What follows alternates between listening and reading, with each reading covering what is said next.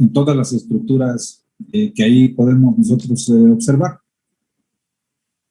La pusimos en este curso porque no viene, oficialmente no viene la radiografía de tórax, pues para que la revisemos nosotros.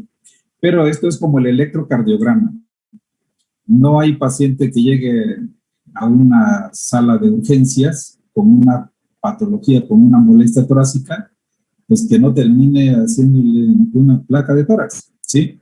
Y entonces es muy importante porque pues ahí vamos a ver, además de la silueta cardíaca, pues las estructuras intratorácicas pues, que se deben de estudiar. Y entonces ahorita seguramente sus compañeros nos van a decir pues cuál es la técnica para tomar una radiografía de tórax, que se llamaría tele de tórax, que es el nombre que vamos a usar.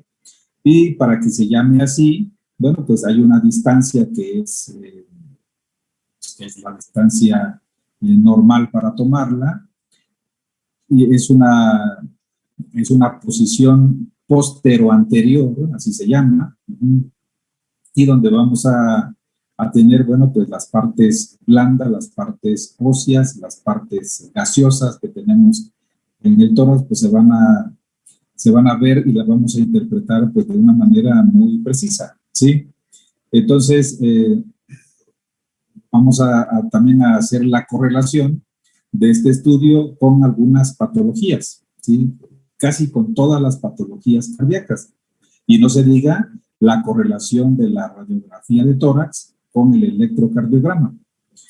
¿Qué patología nos va a interesar, por ejemplo, revisar con una radiografía de tórax o una tele de tórax? Pues la hipertensión arterial, ¿sí?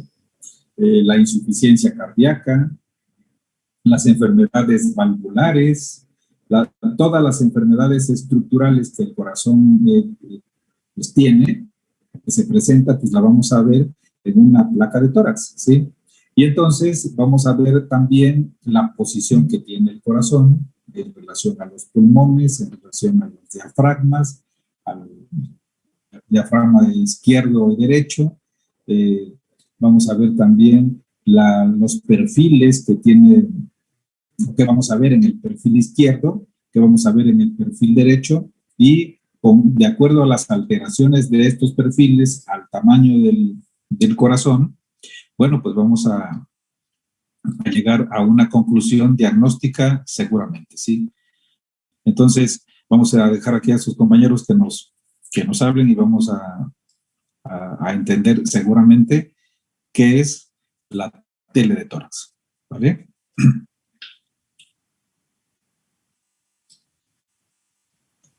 Sí, doctor, gracias. Bueno, buenas noches, compañeros, buenas noches, doctor. ¿Sí me escucho bien? Sí, muy bien. ¿Listo? Sí, ok. Si en algún momento me llego a trabar o no cambia la diapositiva, me avisan, por favor, porque tengo la conexión un poco inestable. Bueno, nosotros somos el equipo 4, somos mi compañero Antonio Zárate y su servidora Luna Zárate, y vamos a hablarles sobre la radiografía de tórax, como ya mencionó el doctor. Bueno, vamos a comenzar hablando de las proyecciones. Vamos a tener 3 proyecciones al realizar una radiografía de tórax. Vamos a tener la posterior anterior, la anteroposterior y la proyección lateral. En la posterior anterior, el pecho del paciente va a estar colocado frente al receptor de rayos X y pues los rayos van a penetrar a través de la espalda. En esta, el paciente va a estar en bipedestación y va a estar elevando la cintura escapular, como podemos ver en la imagen que está aquí. En la anteroposterior, los rayos van a entrar desde la parte frontal hasta la espalda y muchas veces, en lo que leí, es que esta proyección se ocupa en pacientes que, digamos, que no pueden estar en bipedestación y que están, por ejemplo, en cuidados intensivos o que están graves. Y en cuanto a la proyección lateral, esta se va a adquirir con el lado izquierdo del paciente frente al detector de imagen y pues el tubo de rayos X va a estar dirigido a su lado derecho. Aquí les puse otro esquema donde muestran las posiciones del paciente para realizar la toma de la radiografía. Aquí está la posteroanterior, que es en bipedestación, la anteroposterior y la lateral. ¿Okay? Bueno, entonces, va a haber unas diferencias que voy a resaltar ahorita para poder esclarecer cuál es una radiografía en proyección posteroanterior y en una anteroposterior. Empezando por la posteroanterior, tenemos que las escápulas van a ser muy periféricas por la posición que adquiere el paciente al momento de tomar la radiografía, que es como separando la cintura escapular, ¿no? Entonces, las clavículas van a estar como una región proximal, se va a proyectar sobre los ápices pulmonares, como se ve aquí, y se van a adquirir normalmente una forma como de V. ¿Sí lo pueden ver? Entonces, en la anteroposterior, las escápulas, a diferencia de la posterior anterior, sí se van a proyectar sobre los campos pulmonares, como se pueden ver aquí. ¿Sí pueden ver mi cursor? Disculpen. Sí. Okay. Sí, sí se ve. Bueno, entonces aquí podemos ver las escápulas y las clavículas, en este caso, se van a ver más apicales, diría yo, muy apicales y como horizontales, ¿no? Y en este caso, delantero posterior, se va a ver la silueta cardíaca se va a ver magnificada. Esto es en todos los pacientes. Entonces, bueno, y también puede llegar a borrarse la burbuja gástrica, como dice aquí. Entonces, había leído que para el diagnóstico de patologías cardiopulmonares, normalmente se va a solicitar una proyección postero-anterior porque la silueta cardíaca va a estar menos distorsionada y pues se va a poder evaluar mejor. Ahora vamos a hablar rápidamente sobre algunos criterios que van a determinar la calidad de la radiografía postero-anterior de tórax. Primero, las radiografías de tórax se deben realizar en inspiración, ¿ok? Entonces, podemos ver aquí del lado izquierdo, esta radiografía está hecha en inspiración y la del lado derecho está en expiración. Entonces, podemos ver que la que está en expiración se ve como muy fea, ¿no? O sea, la silueta cardíaca se ve como súper ensanchada, perdón, y los campos pulmonares se ven como algodonosos. Incluso los vasos pulmonares se ven como hipertrofiados, ¿no? Entonces podría pasar como por patológica. Y pues no solamente es que está en expiración, ¿no? Entonces, ahorita voy a mencionar otros criterios que nos van a ayudar igual a verificar que la radiografía esté hecha con una buena inspiración. Ahora, entonces, otra cosa que hay que checar es que la columna debe ser visible detrás del corazón, como se ve aquí. Se van a ver los procesos espinosos que están en medio y son estos ovalitos que podemos ver aquí. Y bueno, obviamente se van a encontrar medial entre las dos clavículas. Este criterio que les pongo aquí de las costillas es muy importante. Se deben ver de 5 a 7 costillas anteriores o de 8 a 9 costillas posteriores y por encima de la línea del diafragma, ¿no? Ahorita les voy a enseñar una imagen como que nos puede ayudar un poco más a visualizar esto. Y pues en esta proyección que es postero-anterior, como ya les había dicho, las escápulas deben verse fuera del tórax. En esta imagen podemos ver mejor lo que les había comentado de lo de las costillas. En rojo vamos a ver las costillas posteriores. Esta es una radiografía con una muy buena inspiración porque pues, se logran ver 11 costillas y se ven luego porque se ven los arcos costales aquí unidos en la articulación costovertebral, ¿no? Y las anteriores se ve, no sé si logran ver, es como se ve como el giro, ¿no? De las costillas anteriores. y pues están marcadas con los numeritos azules. Y aquí pues podemos ver 6 costillas y el criterio pues era de 5 a 7 costillas, ¿no? Anteriores. Ok. Ahora, otros aspectos importantes que hay que mencionar. Bueno, es la tráquea. Y la tráquea pues es la estructura tubular que va a comenzar más o menos a nivel de C6 y pues hasta T5 aproximadamente, ¿no? Su diámetro va a ser más o menos de 2 centímetros y pues la tráquea siempre debe estar sobre los procesos espinosos y debe estar central, ¿no? Puede llegarse a ver un poco desviada a la derecha en pacientes mayores, ¿no? En personas mayores.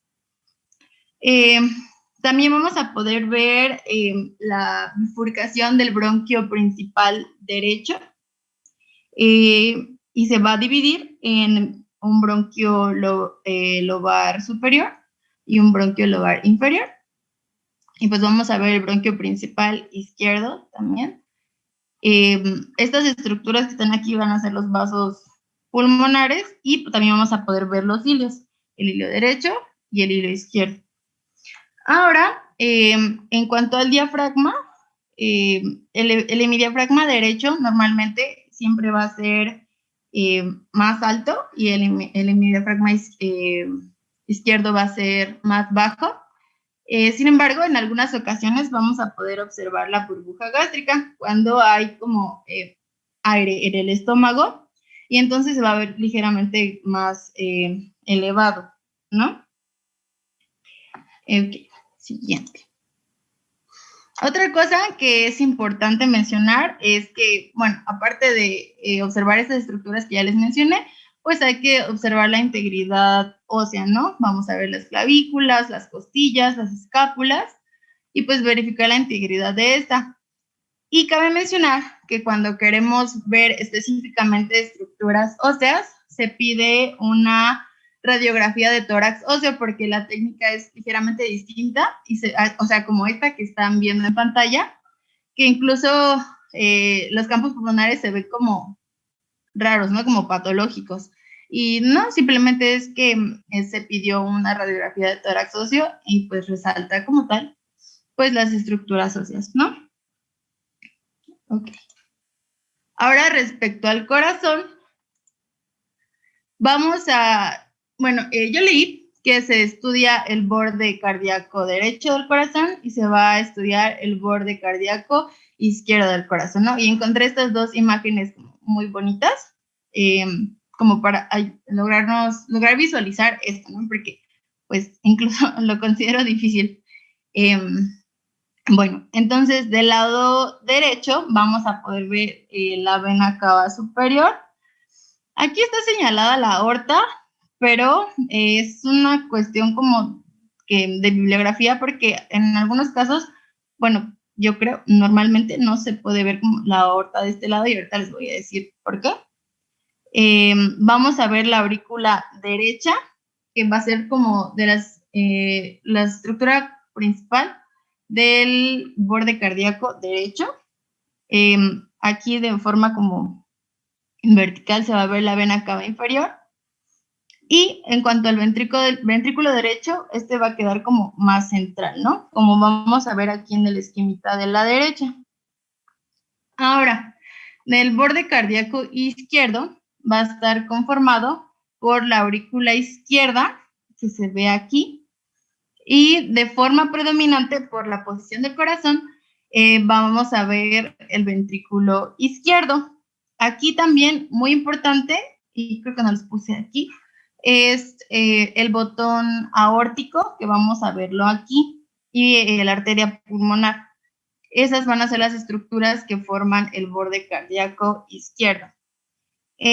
Aquí en el esquema trazaron como una cruz donde se verían más o menos las válvulas cardíacas, pero no se ven porque a menos que estén calcificadas o que tengan alguna estructura metálica, ¿no? Pero digamos que si hay que trazarlas o ponerlas ahí, sería formando como una cruz aquí en el centro y la válvula tricúspide va a estar como inferior a la derecha, la mitral inferior a la izquierda, la pulmonar superior a la izquierda y la aórtica como más central, ¿no?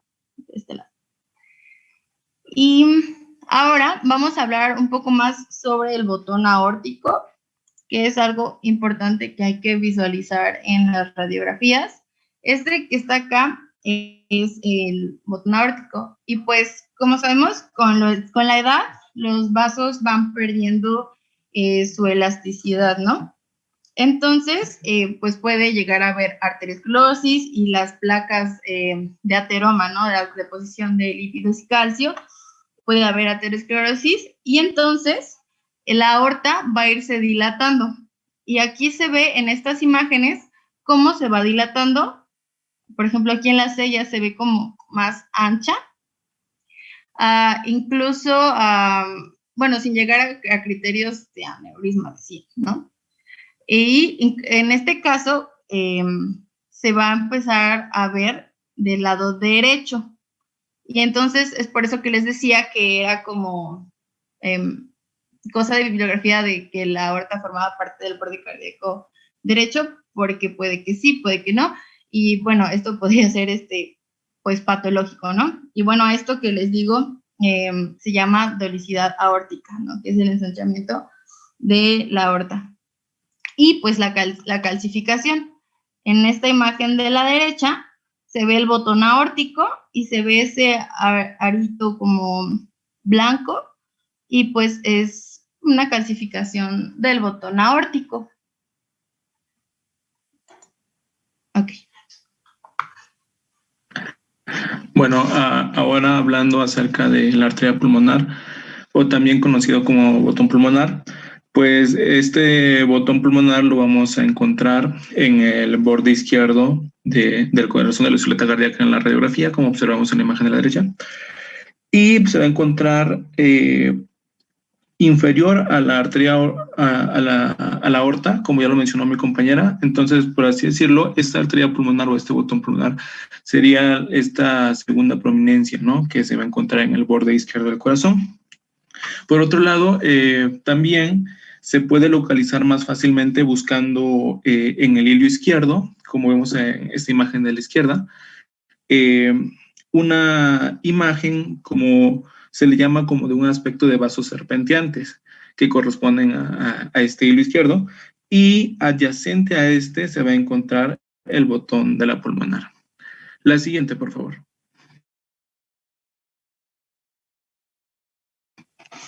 Bueno, y para valorar este botón pulmonar, vamos a trazar una línea llamada línea tangente. Esta línea tangente pulmonar se va a trazar del botón aórtico, como vemos en la imagen, hacia el borde más prominente del ventrículo izquierdo.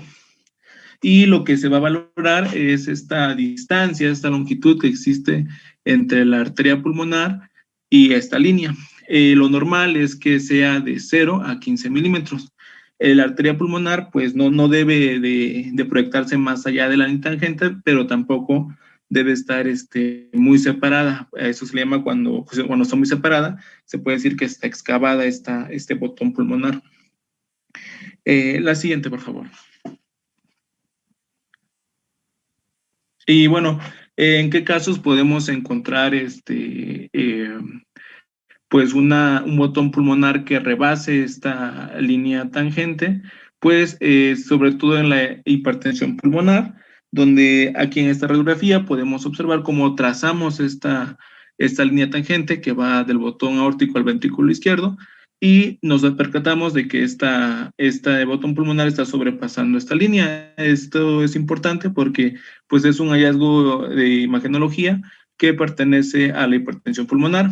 Por otro lado, vemos en la imagen de la derecha cómo este botón pulmonar está muy separado de la línea tangente, y esto corresponde a una hipoplasia de la arteria pulmonar. También es un hallazgo muy característico de personas que tienen hipertensión arterial sistémica, o que simplemente pueda existir algún aumento de tamaño en el ventrículo izquierdo, es decir, puede haber una cardiomegalia. Sin embargo, esto lo vamos a ver más adelante cuando veamos el índice cardiotorácico.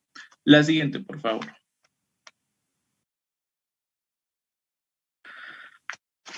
Bueno, ahora vamos a hablar de lo que es el patrón vascular normal. Ya mi compañera mencionó las características, las estructuras que se van a encontrar relacionadas con la silueta cardíaca, pero vamos a hablar acerca de cómo valorar y y cómo se verían normalmente. La siguiente, por favor. Ahora bien, recordemos que una persona con bipedestación, perdón, las bases pulmonares van a tener una mayor perfusión y los ápices van a tener una menor perfusión. Entonces, ¿cómo lo veríamos esto en la radiografía? Pues observamos en esta imagen este campo pulmonar donde nos percatamos que en el círculo que está de color negro vamos a observar más estas líneas ramificadas que se van a relacionar a los vasos que se encuentran ahí. Por otro lado, en los ápices vamos a observar que casi no son visibles todos esos patrones vasculares, y esto pues es normal. ¿Por qué? Porque debemos recordar que los campos pulmonares no son totalmente radiolúcidos, y pues vamos a obtener estas imágenes que no corresponden a una patología, sino simplemente a las estructuras que ahí se encuentran. Y esto sería lo normal. Hay que quedarnos que en las bases pulmonares vamos a encontrar mayor visibilidad de estas estructuras, y en los ápices va a haber una menor visibilidad. La siguiente, por favor.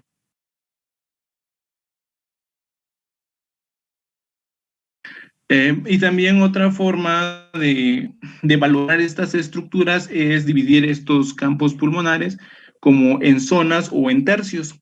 Y lo más importante aquí es recordar que de una forma centrífuga vamos a observar los vasos más prominentes o estas estructuras con mayor visibilidad, es decir, en la zona 1 o en el tercio interno, que en este caso lo vemos en esta imagen, vamos a tener mejor visibilidad de estas estructuras, y conforme se van separando o conforme se van alejando del centro, estas estructuras pues van a ir disminuyendo su calibre, por lo que al llegar ya al tercio externo o a la zona 3, casi ya no se verán estas estructuras o definitivamente no se verán. Es importante porque en algunos casos donde existe congestión pulmonar, son visibles en estas zonas, en la zona 3, que es que normalmente ya no se deben ver estas estructuras.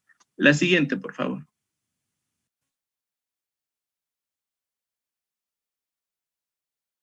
Y ahora vamos a hablar acerca del índice cardiotorácico. Y bueno, el índice cardiotorácico no es más que la relación que existe entre el diámetro transverso del corazón y el diámetro transverso del tórax. ¿Y cómo se saca? Bueno, lo que vamos a hacer es apoyarnos de las estructuras que tenemos aquí, por ejemplo, de la columna vertebral, de los cuerpos vertebrales. Se traza una línea a la mitad, apoyándonos en la columna vertebral, una línea vertical, y después se van a trazar dos líneas en cada mitad que esta nos divide, es decir, una línea en el lado derecho y una línea en el lado izquierdo. Esas líneas van a ir de los bordes más prominentes. A estas líneas les vamos a nombrar A y B. Después se va a buscar lo que es el diámetro más amplio del corazón, del tórax, perdón, y también se va a trazar una línea horizontal. Esta línea horizontal la vamos a nombrar como línea C. Y la fórmula para calcular este índice cardiotorácico, pues va a ser A más B sobre C. Y entonces lo que vamos a obtener como una forma normal del índice cardiotorácico es que este resultado tiene que ser menor o igual a 0.5. Cuando este resultado es mayor a 0.5, ya podríamos hablar de lo que es una cardiomegalia. La siguiente, por favor.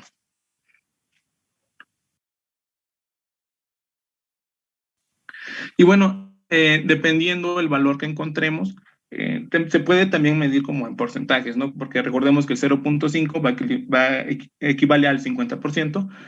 Vamos a clasificar si el paciente pues tiene una cardiomegalia o no, y de acuerdo a este valor que nos arroje el número que nos arroje este índice cardiotorácico, vamos a valorar si la cardiomegalia corresponde al grado 1, grado 2, grado 3 o grado 4. Es importante mencionar que existen otros estudios más sensibles, como es la ecografía, donde se pueden apreciar mejor todas estas estructuras, y pues ya se puede ver también con mayor facilidad lo que es no solamente las estructuras cardíacas, sino también parte de la fisiología del corazón. La siguiente.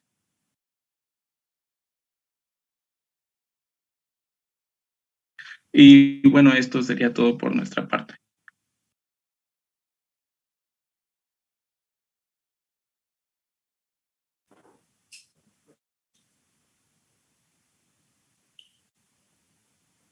Ok. ¿Alguien tiene algún comentario o pregunta para sus compañeros?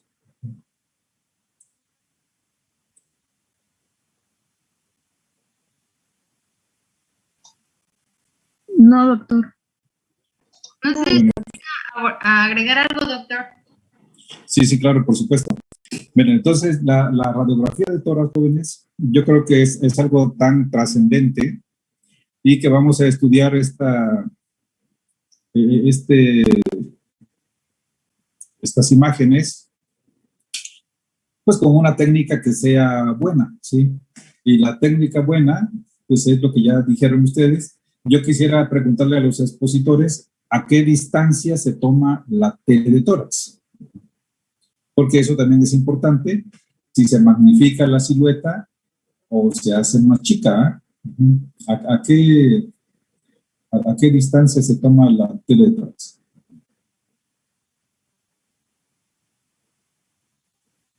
A 1.80 metros. A 1.80, ¿sí? Eso es importante porque cuando tú tienes una cardiomegalia, bueno, pues tienes que saber qué tal si está tomada más cerca ese estudio, y vas a ver una cardiomegalia cuando no existe, ¿verdad? Y también vamos a ver nosotros lo que importa en el área cardiológica, importa todo. Importa ver pues los campos pulmonares, casi como sus compañeros dijeron. Bueno, pues la vascularidad del pulmón pues es más intensa en las partes inferiores, ligeramente más intensa que la parte superior, ligeramente más intensa en la parte media y menos intensa en la parte lateral. Sí, eso es por la cuestión de gravedad que uno tiene en hiperestación. ¿Sí? Y cuando estas imágenes vasculares se ven alteradas, pues entonces yo debo empezar a pensar que algo está pasando desde el punto de vista hemodinámico del corazón. Puede que yo tenga hipertensión arterial sistémica, que ya esté afectando a mi paciente con una cardiopatía hipertensiva, o sea que yo tengo un paciente con una hipertensión arterial pulmonar, y voy a ver unas líneas. Hay líneas que se llaman líneas A y líneas B de Kerley, ¿verdad? ¿Sí? Entonces, esas líneas A y B de Kerley, antes se decía que había incluso líneas C de Kerley, ya no se usan tanto, y es esa vascularidad justamente que va del centro a la periferia, y cuando esto es mayor, sobre todo en la parte del vértice de los pulmones, pues es compatible con que hay pues aumento de la presión, que esta puede ser por una cardiopatía hipertensiva o por hipertensión arterial pulmonar, ¿sí? Y la otra situación es de que para nosotros ver que hay crecimiento de estructuras del corazón, bueno, pues nos sirven la correlación, en este caso, de la tráquea, por ejemplo. La tráquea es central, ¿sí? Y se va a dividir ahí con sus 12 bronquios en la carina, y el bronquio izquierdo, bueno, pues lo voy a tomar como referencia para ver si tengo dilatación de las aurículas, sobre todo de la aurícula izquierda. El bronquio izquierdo, no sé si se pueden poner ahí las imágenes, ¿sí? El bronquio izquierdo, pues se va a ver más horizontalizado, ¿sí? Y al tener el bronquio izquierdo más horizontalizado, bueno, pues seguramente voy a tener alteración estructural de la aurícula izquierda, ¿sí? ¿Por qué esto? Porque el bronquio izquierdo descansa justamente encima de la aurícula izquierda. Y entonces va a venir desde, ¿a dónde va a apuntar la dirección del bronquio izquierdo? Pues justamente al vértice costodiafragmático, ¿eh? ¿Sí? Ahí va a apuntar. ¿Sí? Si uno ve el bronquio, ahí hay una línea roja, ¿sí? En la parte del perfil izquierdo, y entonces va a apuntar justamente a donde está esa flecha más grande. Sí, pero ¿qué tal si está más horizontalizado y ese bronquio izquierdo exactamente ahí va a apuntar? Sí, pero si apunta más arriba, sube la flecha, si apunta más arriba, ¿sí? Entonces la horizontalización me dice de manera inequívoca a ese nivel que vamos a tener dilatación de la aurícula izquierda sin que yo haga un estudio ecocardiográfico, tomográfico, simplemente con ver que el bronquio izquierdo está horizontalizado. ¿Qué más en este estudio tan importante? Bueno, pues además de ver las partes blandas, las partes óseas, ahorita estamos en pleno corazón, pues vamos a estudiar y a revisar en la tele de tórax, pues le llamamos perfiles, perfil izquierdo y perfil derecho. ¿Qué vamos a ver en el perfil izquierdo? ¿Sí? En esa imagen que tenemos ahí, bueno, pues en el perfil izquierdo vamos a ver arcos, ¿sí? Vamos a ver arcos, y el primer arco superior, que es la parte superior, en esa imagen, si quieres, regrésate a donde estabas, la primera, ¿sí? En esa imagen superior, ¿sí? Ahí, ese saliente que está arriba del corazón, es el botón aórtico, ¿sí? O el arco aórtico. Eso es en el perfil izquierdo, si lo quieres señalar ahí, exactamente ese es lo primero que vamos a ver en la tele de tórax, en el perfil izquierdo, es justamente el arco aórtico, ¿sí? Y el arco aórtico puede ser prominente, pues de acuerdo a la edad de las personas, ¿sí? No necesariamente va a reflejar patología. Si en una persona de 70 años vemos una prominencia importante del botón aórtico, pero sí va a reflejar un envejecimiento prematuro si ese paciente tiene un botón aórtico prominente y tiene 30 años de edad, ¿sí? Entonces aquí el primer arco que vemos de arriba hacia abajo, bueno, pues es el arco aórtico.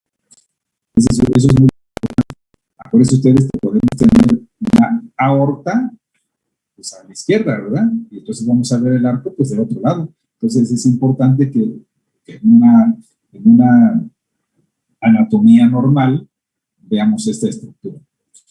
Hacia abajo, la otra estructura, el otro arco que vamos a ver de manera no siempre muy visible, pero ahí se va a encontrar, es el arco de la arteria pulmonar, inmediatamente abajo del arco aórtico, ¿de acuerdo? Sí. Y más abajo, pues vamos a encontrar el arco de la orejuela izquierda. La orejuela izquierda, bueno, forma parte importante, bueno, no importante, pero sí la parte fundamental en este arco de la aurícula izquierda, ¿sí? Entonces ya llevamos ahí 3 arcos. El que no se ve casi nunca, a menos que haya patología importante, pues es el arco pulmonar, ¿sí? Se ve siempre plano. Y hasta abajo vamos a ver el arco del ventrículo izquierdo. Entonces ustedes van a tener como una referencia en una tele de tórax en el arco izquierdo o en el perfil izquierdo, arriba la aorta, siguiente descendiendo, el arco pulmonar.